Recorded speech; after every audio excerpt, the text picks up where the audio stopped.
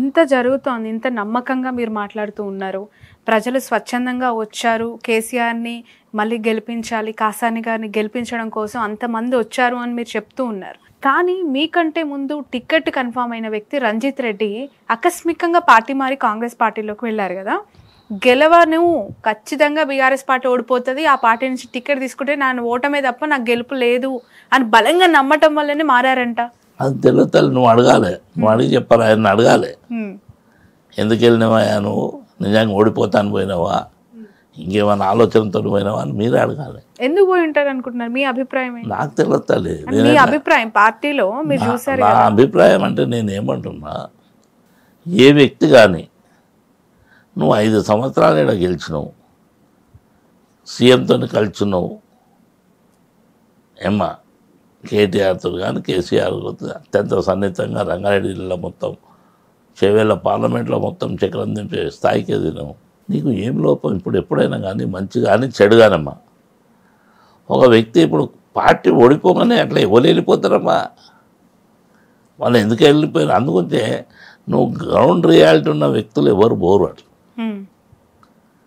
Business mans పోతారు, business man ఎక్కడ లాభం ఉంటే అక్కడ పోతారు. రంజిత్ రెడ్డి బిజినెస్ మ్యానా? కాదమ్మా, మరి ఓకే, నాకు తెలియదు, మరి మీరు చెప్పాలి. అడుగుతున్నాను, మీరు బిజినెస్ మ్యాన్? లేదు, నేను అనుకుంటున్నా అట్లా బిజినెస్ మ్యాన్ అని తెలుసు నాకు. కాదా మరి? ఓకే, బట్ వాళ్ళు ఇంటర్నల్ గా మాట్లాడేది ఏంటంటే అధికారంలో లేని బీఆర్ఎస్ పార్టీ నుంచి టికెట్ తీసి బరిలో నిల్చున్నా ఓటమి వస్తుంది కాబట్టి నేను మారాను, ఎవరు దొరక్క కాసాని గారిని పెట్టారు అక్కడ అంటున్నారు. అది తప్పమ్మా.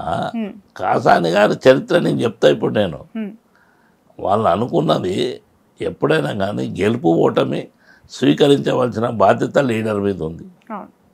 నువ్వు 5 సంవత్సరాలు ఎంజాయ్ చేసినావు పార్లమెంటు, నువ్వు ఓడిపోగానే నువ్వు కార్యకర్తలు నిడిచిపెట్టిపోతావా, ప్రజలు నిడిచిపెట్టిపోతావా? వాళ్ళు ఎక్కడ పోవాలి చెప్పండి అమ్మా మీరు. కనుక ఇది వాస్తవం కాదు. లీడర్ అనేవాడు గెలుపుకి అంతే సంతోషంగా ఉండాలి, ఓటమికి కూడా అంతే సంతోషంగా ఉండాలి. ఓడిపోతే కూడా నేను ఎక్కడ ఓడిపోయినా ఎందుకు ఓడిపోయినా చూడాలి. నువ్వు గెలిస్తేవి క్యాండిడేట్ డిక్లేర్ అయిన తర్వాత మళ్ళీ పోయినావు, నువ్వు నిలబడితే కదా నువ్వు ఓడతావా గెలుతావా తెలిసేది. ఇప్పుడు బీఆర్ఎస్ గతంలో చేసిన పనులు కుక్కలు ఉన్నాయి. మీరు ఏంటంటే గ్రామీణ ప్రాంతంలో ఏం కావాలి, హైటెక్ సిటీలో ఏం కావాలి. హైటెక్ సిటీ చూడండి మీరు ఈవినింగ్ ఇప్పుడు 6 అయింది తల్లి, నువ్వు 7 గంటలకు ఇప్పుడు పోతూ ఆ వైర్ల బ్రిడ్జి మీదకి వెళ్ళి పోండి, మీరు ఎక్కడ ఉన్నారో కనబడుతుంది మీకు. హైదరాబాద్ ఉన్నారని ఆ ఊహకందది ఎవరికి. చాలా మంది ఫీలింగ్ వస్తుంది. అదే కదమ్మా, 100% మనం అనలే కదా. ఇప్పుడు దుర్గం చెరువే కాదు తల్లి, మొత్తం ఆ ఏరంతా హైటెక్ సిటీ. అయితే రజనీకాంత్ గారు ఏమన్నారు, హైదరాబాద్కి వచ్చినట్లేదు, నేను హైదరాబాద్లో ఉన్నా, సింగపూర్లో ఉన్నా, అమెరికాలో ఉన్నా అన్నాడు. అంటే ఆ తీరుగా తీర్చిదిద్దినటువంటి వాళ్ళను కూడా ఇప్పుడు ఓటమి ఏందమ్మా, ఓసారి తప్పిదారు జరుగుతాయి. చాలామంది ఇప్పుడు ఎవరు సీఎం అంటే కేటీఆర్ అంటారు, కేసీఆర్ అంటారు. మరి కొంతమంది ఆ విధంగా మా ఎమ్మెల్యేలు తప్పు చేశారు, మేము ఎమ్మెల్యేనే ఓడిపోతాడు అనుకున్నాము, కేసీఆర్ ఓడిపోతాడు అనుకోలేదు. అలాంటి అమాయక ప్రజలు కూడా ఉండరు. అందులో ఇంకా ఎక్కువ చేస్తారంట కాంగ్రెస్ వాళ్ళు. ఆయన 10 ఇస్తే నా 15 ఇస్తారంట, హైప్ చేశారు. మాటలు ఉదరగొట్టే మాటలు. అందుకొచ్చే నేనేమన్నా అది నమ్మి చేశారు. మళ్ళీ ఇప్పుడు 4 నెలలు అవుతుంది తల్లి, 3 నెలలు వెళ్ళి 4 నెలలు అవుతుంది. ఇంత తొందరగా ఇంత డ్యామేజ్ అయినటువంటి పార్టీ ఏదైనా ఉందా? కాంగ్రెస్ మీద ఏదైతే అంటారు కదా, రూలింగ్లో ఉన్న పార్టీ అది చేస్తామని, చేసినాకనే మాట్లాడాలి. నువ్వు రాగానే డిసెంబర్ మీద ఎవరు కట్టకూడదు, నేను రాగానే వేస్తున్నా పైసలు అన్నావు, వేసినావా? అప్పుడు వేయలేదు. సెక్రటరీ పోయి లంక బిందెలు ఉన్నాయి అనుకొని వచ్చినా అన్నావు. పాలించేవాడు లంక బిందెల గురించి పోడు. అదేవిధంగా మీరు బాగా గమనించాలి, ఆ రోజు చేసినటువంటి పాలన గ్రామీణ ప్రాంతం కానీ, వ్యవసాయదారులకు కానీ, అదే కార్మికులకు కానీ, కర్షకులకు కానీ, బిజినెస్ మెన్స్ కానీ ఎట్లుండాలని చేసారు. ఒక ఇష్యూతో ముడిపడి ఉంటే ఎప్పుడు ఒక కన్స్ట్రక్షన్ ఫీల్డ్ ఉన్నప్పుడు దాని వచ్చే రాబడి. ఇప్పుడు మీరు రోజు పెట్రోల్ ధర పెరుగుతూ ఉంది, పైసలు 2 పైసలు 3 పైసలు పెరుగుతున్నాయమ్మా. వాస్తవం చెప్పుకుందాం. 2 వీలర్స్ వేసుకొని తల్లిదండ్రుల దగ్గరికి వెళ్ళి పిల్లోడు 1 లీటర్ పెట్రోల్ పోసుకొని తిరుగుదామన్న వరకు అవతల ఓన ఫోటోలు ఒకటి ఆపారు. ఇవన్నీ ఒకటి కాదు కదా. పెట్రోల్ ధర పెరుగుతున్నప్పుడు, పెట్రోల్ ధర డీజిల్ ధర పెరిగినప్పుడు ప్రతి వస్తువు మీద ధరలు పెరుగుతాయి. కూరగాయలు పెరిగాయి, పప్పులు పెరిగాయి, ఉప్పులు పెరిగాయి, బియ్యం పెరిగాయి. ఇవన్నీ అందుకొచ్చే ఓటమి పడుతున్నా కనుక పోతున్నా. అది ఎవరంటారమ్మా? అది ఓన్లీ బిజినెస్ మ్యాన్. కార్యకర్త ఏం చేస్తాడు, లీడర్ అనేవాడు ఏం చేస్తాడు? వేస్తూ ఓటమి నేను గెలుస్తానే పోతున్నాం మనం. కాసాని జ్ఞానేశ్వర్ వచ్చిండు. కాసాని జ్ఞానేశ్వర్కు రంగారెడ్డి జిల్లా చేవెళ్ళ ప్రాంతంలో ఉన్నటువంటి 7 కాన్స్టిట్యున్సీలు కూడా ఏ మూలకి ఎక్కడున్నా చెప్తాం మేము. బట్ మీరు గతంలో కుత్బుల్లాపూర్లో ఉండేవారని, మీరు చేవెళ్ళకి నాన్ లోకల్ అని ఒక ముద్ర వేస్తున్నారా నేతలు? ఎట్లా క్లెయిమ్ చేసుకుంటారు? అయితే ఏముందంటే వాళ్ళకి తెలియదు. ఆడరాక పాత గజ్జలు అంటారు కదా, అట్లా నాచిన నయ్యాకే అంగం తేడా అంటారు హిందీలో. మీరు బాగా గమనించాలి. ఉమ్మడి రంగారెడ్డి జిల్లాకు నేను జిల్లా పరిషత్ చైర్మన్ చేసిన. ఉమ్మడి రంగారెడ్డి జిల్లా ఎక్కడెక్కడ ఉంది? మేడ్చల్ ఉంది, గట్కేసర్ ఉంది, ఇబ్రాహీంపట్నం ఉంది. రంగారెడ్డి జిల్లాలోనే ఉన్నా కదా నేను. రంగారెడ్డి జిల్లా బైఫర్కేషన్ ఇప్పుడు అయింది. రంజిత్ రెడ్డి ఎక్కడైనమ్మా? నేనైతే నా ప్రాంతం ఇది. రంజిత్ రెడ్డి ఎక్కడ తెలవాలి కదమ్మా. బంజారా హిల్సా, జూబ్లీ హిల్సా, ఏ ఊరు, ఏ జిల్లా?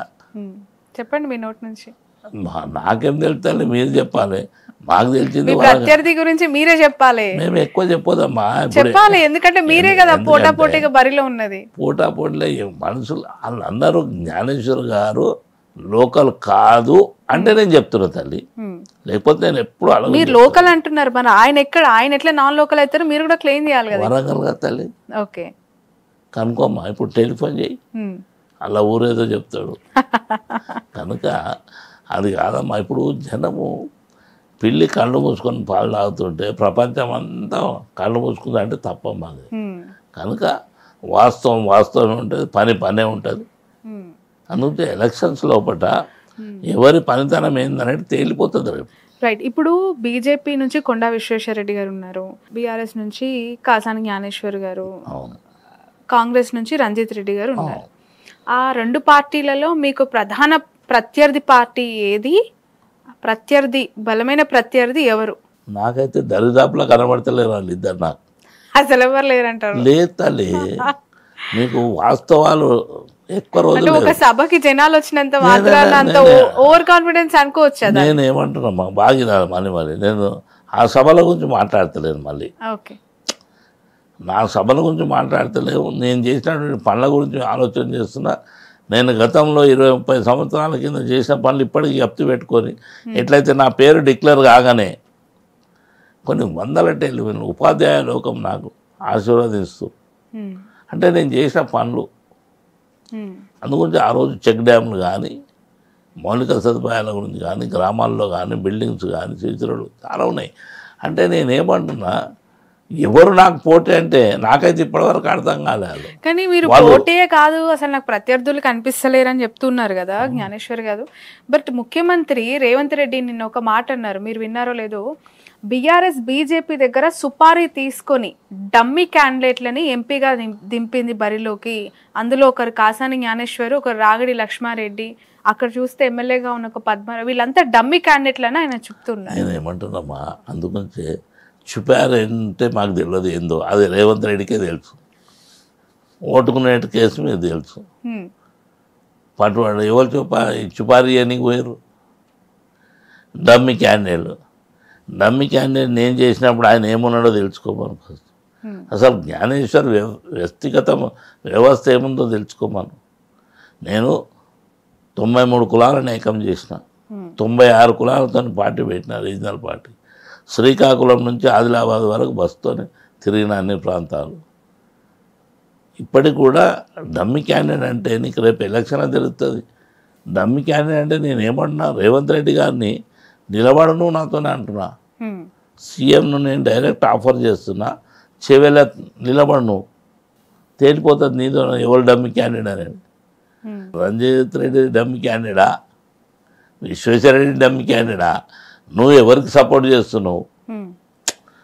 ఇప్పుడు మోడీ దగ్గర తీసుకున్నాడు చూపారంటే మోడీని పలకరించింది నువ్వే, తారీఫ్ చేసింది నువ్వే, బడబాయ్ అన్నది నువ్వే. ఆయనకు సపోర్ట్ చేయడానికి రంజిత్ రెడ్డి డమ్మి క్యాండిడేట్ పెట్టినావా? నిజంగా చెప్పండి, బీజేపీతో లోపాయికారే ఒప్పందం బీఆర్ఎస్ పెట్టుకోలేదంటారు. అవసరం ఏముంది తల్లి, అవసరం ఏముంది? పార్టీ అధికారం కోల్పోయింది, అవసరాలు లేదు. రాష్ట్రంలో ఎట్లా కాంగ్రెస్ తో జతగట్టలేదు, మిగిలింది కేంద్రంలో ఉంది బీజేపీ. మోదీని తిట్టినా ఇక్కడ లోపాయికార ఒప్పందంలో భాగంగా చూడబోతే నిజంగానే క్యాండిడేట్లను డమ్మీలను పెట్టిరని చెప్పి వాళ్ళ కార్యకర్తలు ఇప్పుడు పసుకలు ఉన్న కళ్ళకి ఎప్పుడు పచ్చగా కనబడుతుంది. ఓకే, రేవంత్ రెడ్డి గారు పచ్చ మనిషి అంటారు కాదమ్మ. మరి నువ్వు ఏం మాట్లాడుతున్నావు? ఇప్పుడు ఎప్పుడు జనము గెలిచినోడే ఉన్నాడు ఆ ప్రపంచంలో, ఓడినోళ్ళు కూడా ఉన్నారు. బీజేపీకి 2 ఎంపీలు ఉండే, మన దగ్గరికి ఒకే ఒక ఎంపీ, ఇంకో దగ్గరికి ఒక ఎంపీ. మరి ఇలా రూలింగ్ ఎట్లా చేస్తారమ్మా? వాళ్ళు అట్లా అనుకుంటే బీజేపీ ఉండదు కదా. మరి చెప్తాలి, 400 సీట్లు వచ్చినటువంటి రాజీవ్ గాంధీ ఇప్పుడు ఏమైందమ్మా? ఎందుకు తక్కువ ఉన్నాయి? ఎక్కడ ఎస్టాబ్లిష్మెంట్ లేకుండా ఉన్నారు. నేనేమంటున్నా, ఇవి కాలం చెప్తుంది. ఎప్పుడు లీడర్ అనేవాడు, పనిచేసేవాడు, ప్రజలతో మమేకమై ఉండేవానికి ఇవి ఓటమి గెలుపు దైవాధీనమమ్మా. అది మనం పని చేసుకుంటా పోవాలి. ఇప్పుడు ఆపరేషన్ లేకుండానే మోకాళ్లకు ప్లాస్మా ట్రీట్మెంట్, మీ ఆర్థోపెడిక్ సమస్యలన్నిటికీ రోబోటిక్ టెక్నాలజీ ద్వారా తక్కువ ఖర్చుతో శాశ్వత పరిష్కారం, ఫ్రీ కన్సల్టేషన్, ప్రతి ట్రీట్మెంట్ పై 20% డిస్కౌంట్. ఈ ఆఫర్ కొద్ది రోజులు మాత్రమే, త్వరపడండి. V9 hospitals 9281465842.